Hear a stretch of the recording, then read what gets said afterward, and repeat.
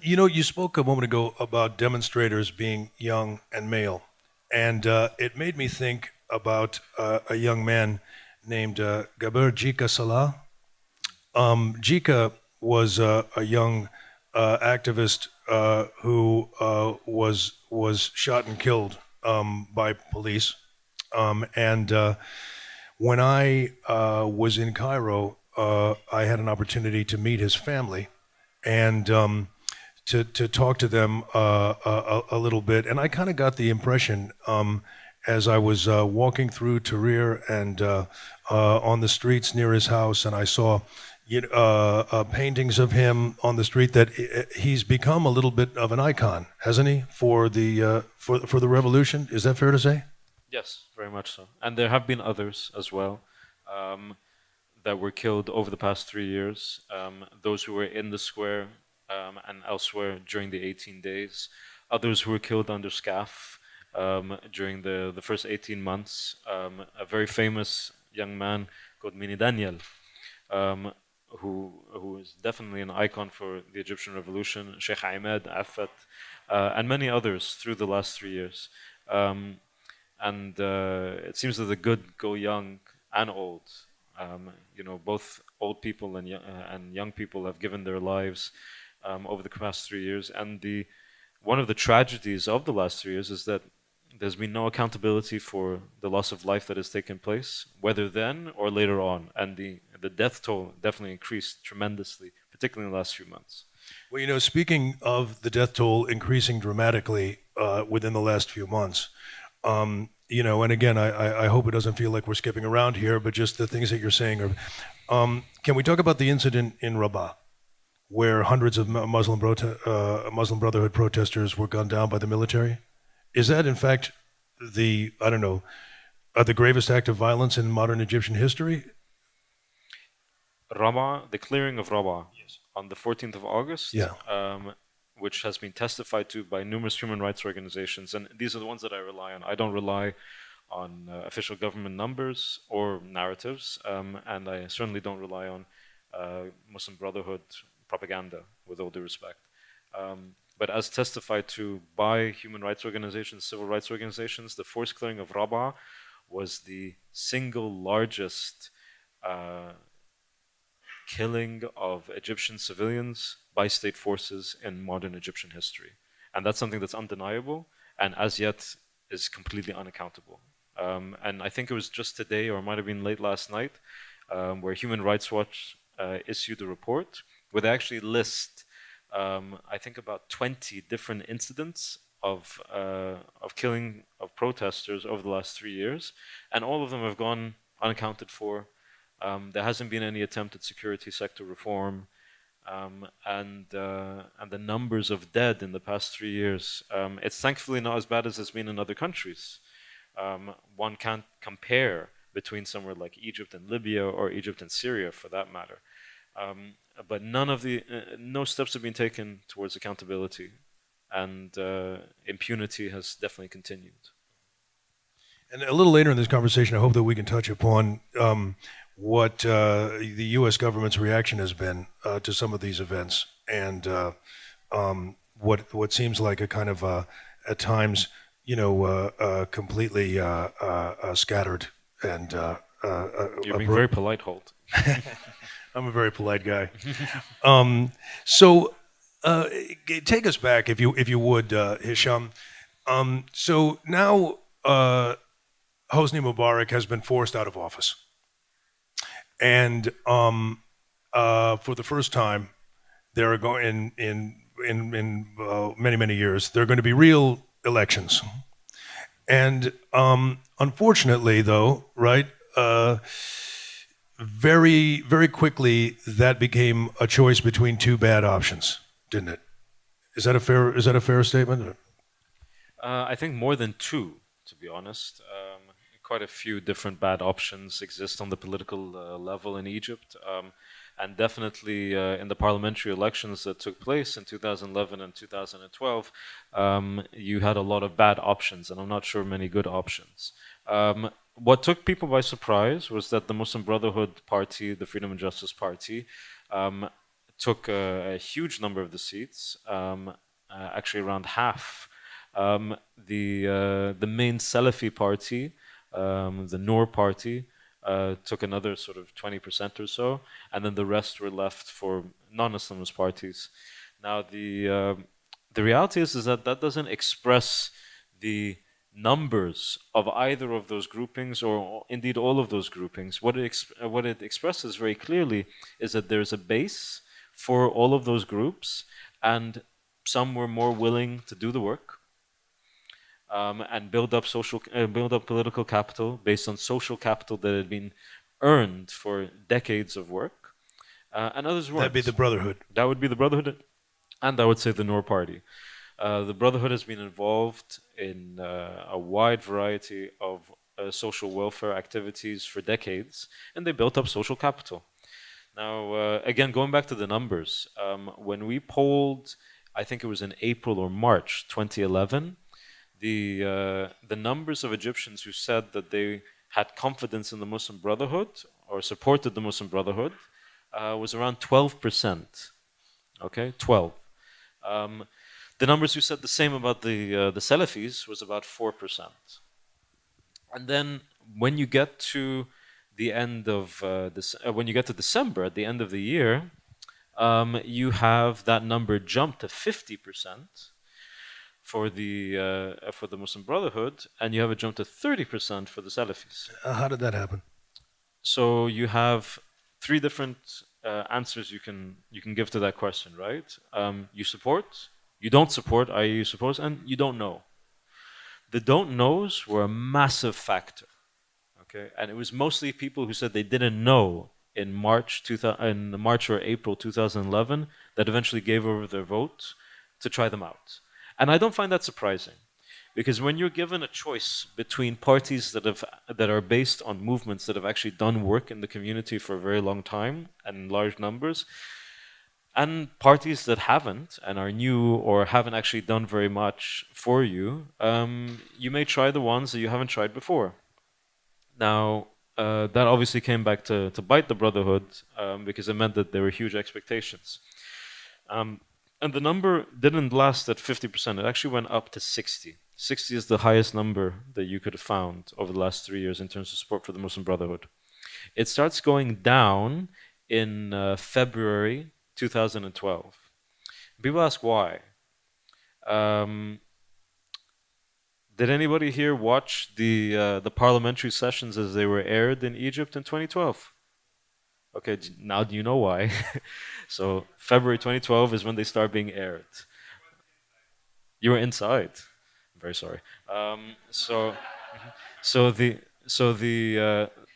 airing of those sessions, I think, contributed dramatically to the drop in support. So because they were shown to be incompetent, or he is a very polite man. So there were certain spectacles that were made of on television, and I think that disappointed a lot of people. When you get to the presidential elections that take place later on in the year, people talk about how well the Brotherhood did, and in relation to other political forces, at least individual ones, yes, they did well, but actually they lost a huge amount of support from their parliamentary takings. Okay, so Mohammed Morsi then wins against Ahmed Shafiq, a representative of the former regime, but only just. And this is what I meant actually when I was talking about two bad choices. Because between Shafiq and Morsi, a lot of the liberal activists felt like they didn't have anywhere really to go, and many of them, correct me if I'm wrong, ended up supporting Mohammed Morsi as because his opponent was a representative of the old regime. That's very true. Some people did go with Ahmed Shafiq, but very few.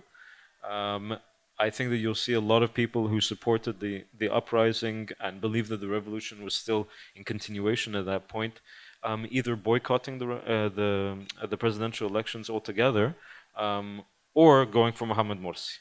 But they quickly became disillusioned with Mr. Morsi, didn't they? And indeed. Yeah. And could you tell us a little bit about his tenure and why it went so horribly wrong? Well, I think you can see very clearly that when it comes down between Mohammed Morsi and Ahmed Shafiq, Morsi knows and the Brotherhood knows that the only way that they can win against Ahmed Shafiq is to not just rely on people that supported Mohamed Morsi in round one, but rely on people that supported other candidates who were not particularly interested in Ahmed Shafiq, but not necessarily enthusiastic about Mohamed Morsi as a representative of Muslim Brotherhood. So he makes a bunch of promises about inclusion and about how he's going to govern the country as the first post-Mubarak, post-uprising president. But those promises were quickly broken. Right? Very quickly, those promises were quickly broken. Now, I want to be fair here and say that there were people, obviously, that wanted to scuttle this whole democratic experiment from day one. And who would that be? Many of the people who voted for a representative of the former regime in round two, but also different, to be more precise, political forces that have never ever entertained the idea that it would be possible for someone like Mohamed Morsi to take office without the country coming to pieces and wanting a return, in all honesty, to the status quo of Hosni Mubarak. Now, that didn't account for everybody. And had it accounted for everybody, then there wouldn't have been that 51 or 52% in favor of Mohamed Morsi against Ahmed Shafiq. He did have a majority of people behind him in order for him to reform institutions and take Egypt into a better direction that would turn it into a democracy. And I want to say this again, it was a democratic experiment. So it's very fragile. Okay, it's not something that you have institutions that are going to behave in a democratic manner. It's an experiment, and it's an experiment that you're fighting tooth and nail to maintain. And in a situation like that, you have to consider it as a very precarious situation. And in precarious situations, you try to gain allies. You don't try to alienate them. Within 4 months, literally within 4 months, Mohamed Morsi managed to alienate pretty much everybody who had been willing to support him against Ahmed Shafiq. And it culminated in this extrajudicial decree where he essentially proclaims his decisions to be above the law. This is November? Yeah, this is November 22nd, 2012. Right. And then he forces through a constitution that wins in a free referendum, but a free referendum in which about 30% of the people actually came out. It was not a referendum, and it was not a constitution that really paid homage to the sacrifice of the last 3 years. And was that the beginning of the end for Mr. Morsi, in your opinion? I remember thinking after that extrajudicial decree, where he declared himself above the law, I remember thinking he's going to have to do something equally powerful in the opposite direction in order for people to begin to trust him again from within the political elite, but also among ordinary Egyptians. And I couldn't fathom what that would be. I didn't know what could possibly match that sort of move. And you saw the results of that later on. Only a month later, there were clashes in Suez. And I won't go into the details of what they were about, but I remember that there was one man who was interviewed who was attacking a courthouse in Suez. And the reporter asked him, what are you doing? You're attacking an institution of law and order. He said, well, the president doesn't respect the law, why should I? And it was a valid point that Mohamed Morsi had decided that the institutions of the law could be arbitrarily put to one side. And it's not to say that there weren't people within the judiciary that were looking to make things very difficult for him. But precisely because of that, many within the pro-revolutionary camp, at least in my perspective, advocated that if you want to do reforms, we're with you. But you have to do reforms, all of us together, and for things that will empower the democratic transition as opposed to empowering your presidency. And for whatever reason, he didn't make that calculation. You have these huge amounts of chaos in Suez in January 2013, where the army is actually called in by Mohamed Morsi to restore order because the police aren't capable of doing it. And at that point, the police actually began to stop listening to Mohamed Morsi. Before the constitutional decree, actually the police were pretty much doing pretty much what they were told, even though there were some forces within that weren't particularly happy with the fact that they were essentially answering to somebody that they had been chasing for decades as a member of the Muslim Brotherhood. But they were generally paying attention to orders, and I remember during clashes outside of the presidential palace in 2012, as a result of the constitutional decree, rival protests and so on, this was all caught on film, where one man was stripped and beaten on camera by members of the police. And he wasn't an anti-Morsi protester. So I remember thinking as far back as like March or April that the summer's coming. The summer is the hottest month, has the hottest months of the year. So that means that it's one of the most expensive months in terms of electricity consumption and so on. It's also Ramadan, okay, the month of fasting for Muslims. That takes place also in July. Again, it's actually the most expensive month of the year in Egypt. Makes for a very flammable situation if things start to get out of hand, if you have food riots or anything like that. And I was really beginning to wonder, would Egypt make it through the summer without there being mass riots? And of course, we all know exactly what happened. There were mass riots that eventually... Yeah. Well, I can't claim that I predicted any of this, although it would be very nice. But actually, then again, it makes me a target for the Muslim Brotherhood who think I had something to do with it. But I did think that there would be something like food riots. Now, this was political, what happened on June 30th. It wasn't something spontaneous, right? But I remember thinking that if that were to happen, if riots were to happen, then we could very easily see a repeat of Suez, but all over the country. And you don't actually need it all over the country. You only need it in Cairo, because it is the power center, right? It's the nerve center of Egypt. It's a very centralized country. And I remember thinking that if the army is forced to come out and restore order in Cairo, that they may decide that actually Mohammed Morsi is more trouble than he's worth. And they were never really interested in the democratic transition one way or the other. They were interested in stability. Stability, again, not from an altruistic perspective. I don't want to be overly generous here. Protecting their interests, protecting the interests of the military. Indeed. And again, these interests were never questioned under Mohammed Morsi or any other government. But if the country becomes unstable, then that in itself is a threat to their interests. Because they're the ones that have to come out and fix it. They're the ones that will be called upon by the Egyptian people to come out and sort things out. You know, well, when the military took power and arrested Mohammed Morsi, I think a lot of people in the United States did not know exactly how they should feel about that event.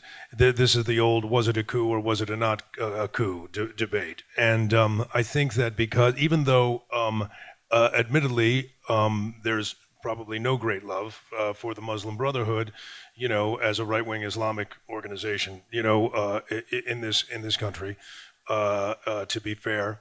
At the same time, there was the perception that, you know, an elected president should be allowed to finish his term, and then we had, you know, the White House and the State Department prevaricating, you know, for weeks and months about, well, we're not calling it a coup because then, you know, that automatically triggers a cessation of aid and that sort of. So, you know, I mean, if you wouldn't mind just elucidating for us a little bit, you know, what your feeling is about what took place and how it would be helpful for us to think about it. You know, after I answer this question, any friends I had left in the audience are going to cease to be the case. Okay, so first of all, I want to make something very clear. Most analysts are not quite as invested in their subject. I'm extremely invested in Egypt, and I believe in that country very much, and in its people. And as a result, there were many protests that I myself, not in my capacity as an analyst, but in my capacity as a person, as somebody who's very proud and very aware of being half Egyptian, participated in and was very honored to be in Egypt at the time. I did not participate in the June 30th protests. I was in Egypt. I was actually supposed to leave Egypt on my first holiday of 3 years on the 27th of June. Then I saw Mohammed Morsi's speech, and I thought, oh, crap. And that was the nail in the coffin, wasn't it? The speech that you're referring to. It was one of many nails that he saw fit to hammer in himself. And I did not leave on that vacation, but I did not leave because I was going to go on any protests. I did not go on those protests. And I didn't go for one simple reason. I did not believe that Mohammed Morsi will ever resign his office or call for early presidential elections on the basis of protests. Whether he should or should not is another question. I thought definitely he should have called for early presidential elections going back months. Whether as the result of protests or not. Here's, and not to interrupt you, but you raise a very interesting point, because if in fact the Brotherhood had been persecuted rather for decades by Mubarak, and had been out of power for so very, very long, surely they must have understood. There must have been a calculation somewhere that they could be back in that position again. There was no such calculation. I remember when General Sisi was appointed in 2012, that many people who had opposed the Muslim Brotherhood were convinced that Abdel Fattah al-Sisi was somehow a member of the Muslim Brotherhood. I found this to be very interesting, considering the fact that it would have been impossible for anybody with any Islamist leanings to make it to that sort of position within the military, let alone at that sort of level. And why is that? Because I think many people in our audience probably don't understand why that should be the case. Why would be the case that? Yeah, well, I mean, why would it be the case that? I mean, so there you can't be in the Muslim Brotherhood and also be in the Egyptian military. Well, the Egyptian military, as well as the rest of the state within Egypt, viewed the Muslim Brotherhood as a subversive organization. And incidentally, Abdel Fattah al-Sisi was also head of military intelligence. Okay, so the idea that he could somehow just, navigate the cracks in the system and keep secret his own Muslim Brotherhood tendencies were somehow unconvincing to me. And I told this to people who were not members of the Brotherhood and didn't support the Brotherhood, but somehow felt that it had to be the case, because otherwise, why would he be appointed? Correspondingly, there were those on the Muslim Brotherhood side who lauded Mohammed Morsi for replacing Tantawi, who was then the head of SCAF, the head of the military council, with Sisi, and that Sisi was Morsi's choice because he was religious and so on. All of this is really quite nonsensical. Abdel Fattah al-Sisi, like many members of the military, and incidentally many members of the Egyptian public, is a religiously observant person. Okay, that doesn't make him an Islamist. It simply makes him a religious conservative, which is not that uncommon in Egypt, to put it lightly. But the Muslim Brotherhood definitely did think that he was their guy. Not that he was their guy, that he was one of their members, but that he could be the one that would take the military into a different direction. I didn't, again, understand how this could possibly be the case because, unlike others, I didn't think that Mohammed Morsi had replaced Tantawi with Sisi. I thought that Sisi had replaced Tantawi with himself, with the full backing of the Egyptian military, which for other reasons was not particularly happy with the direction that things were going in. I'm sorry. Where were we going with this? No, because I was just saying. Okay, so now we have a situation where, according to all the reports that I'm reading, the police state in Egypt is stronger now than it was before the revolution. Yeah, now I remember. And so you're asking why didn't the Brotherhood figure that they might easily be in that situation? Well, it seems like they. I mean, if in fact. If there was no calculation, I mean, this is a stunning miscalculation of truly epic proportions. Which is not uncommon in Egyptian politics, particularly with regards to the Muslim Brotherhood. No, the Muslim Brotherhood really did not perceive that General Sisi would be a threat.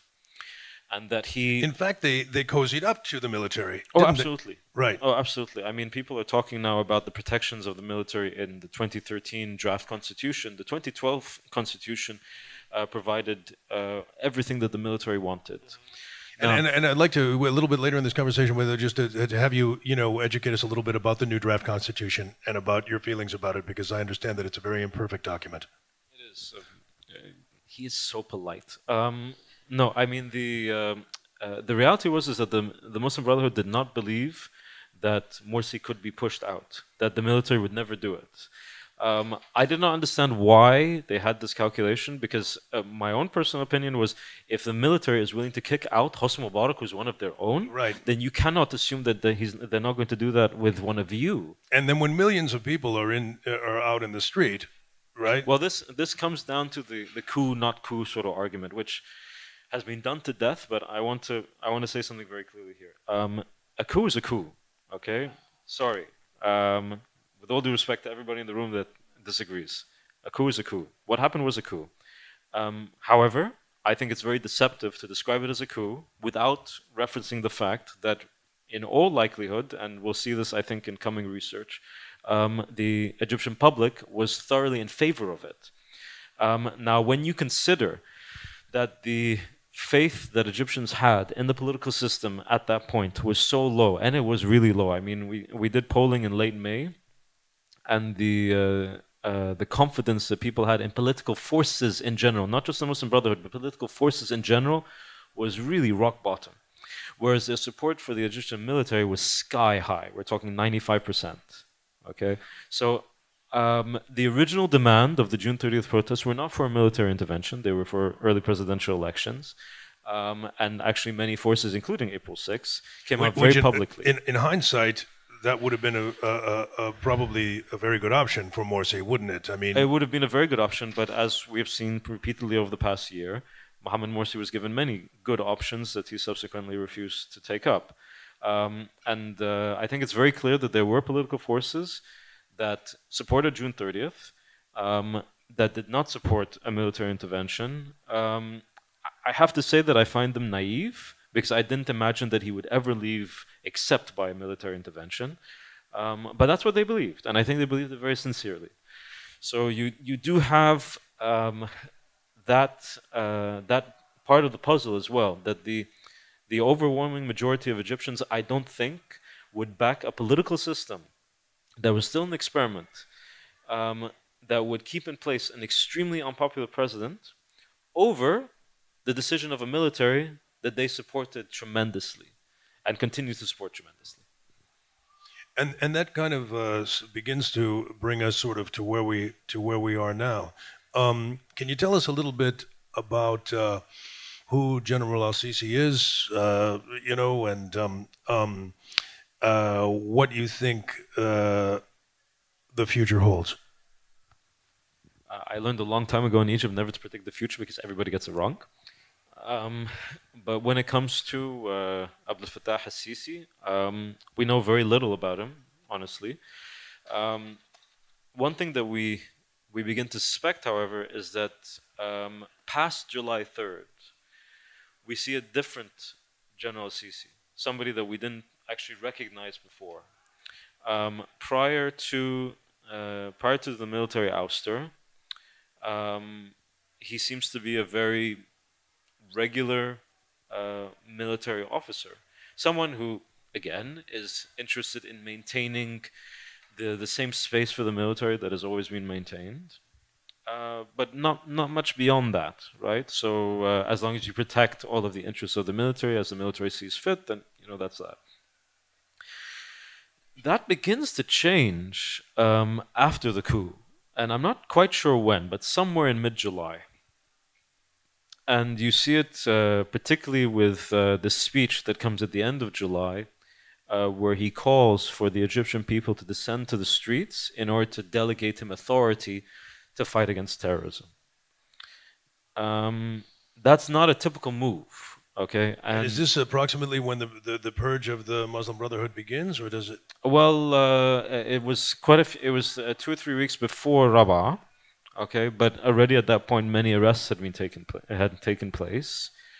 And at this time, correct me if I'm wrong, but there are still thousands of Muslim Brotherhood protesters that are out in the streets every day. Indeed. Right, protesting for President Morsi to be reinstated. Indeed.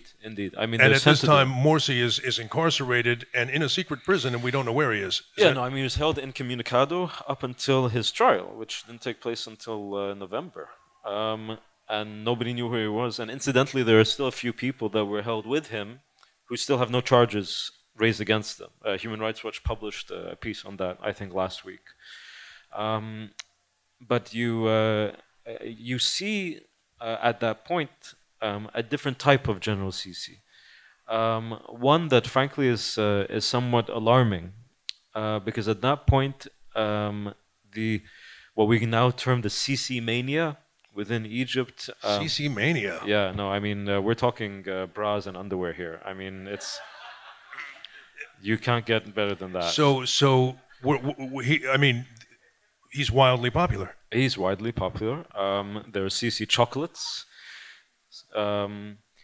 I really hope that the one of the underwear was doctored and wasn't real, because otherwise I may just pack up and move. And also the one with the Raba bra, I think that would be another reason to consider migration. But the level of affection for this military man should not be underestimated within Egypt. He is a very popular figure, and personally I have no doubt that were he to run himself for the presidency, that he would win, and he would win in a landslide. Will he do that? That's a good question. It's not one that I'm prepared to predict, simply because, again, it's very difficult to predict things in Egypt. But what I will say is that if he were to run, it would represent a victory of that latter Sisi over the former. Because the more pragmatic Sisi would recognize that running for the presidency in Egypt is actually a foolhardy thing to do, because then you have to do the unthinkable, which is to govern 85 million Egyptians. Sorry, guys. It's not something that anybody should relish, given this economic situation that is constantly getting worse. And whoever is president will be held responsible for precisely that, managing the expectations that nobody has been able to manage for the past 3 years. However, if he runs, then I think that signifies the victory of that latter Sisi, where maybe he's not running to be president, maybe he's running to be something else. And that alarms me.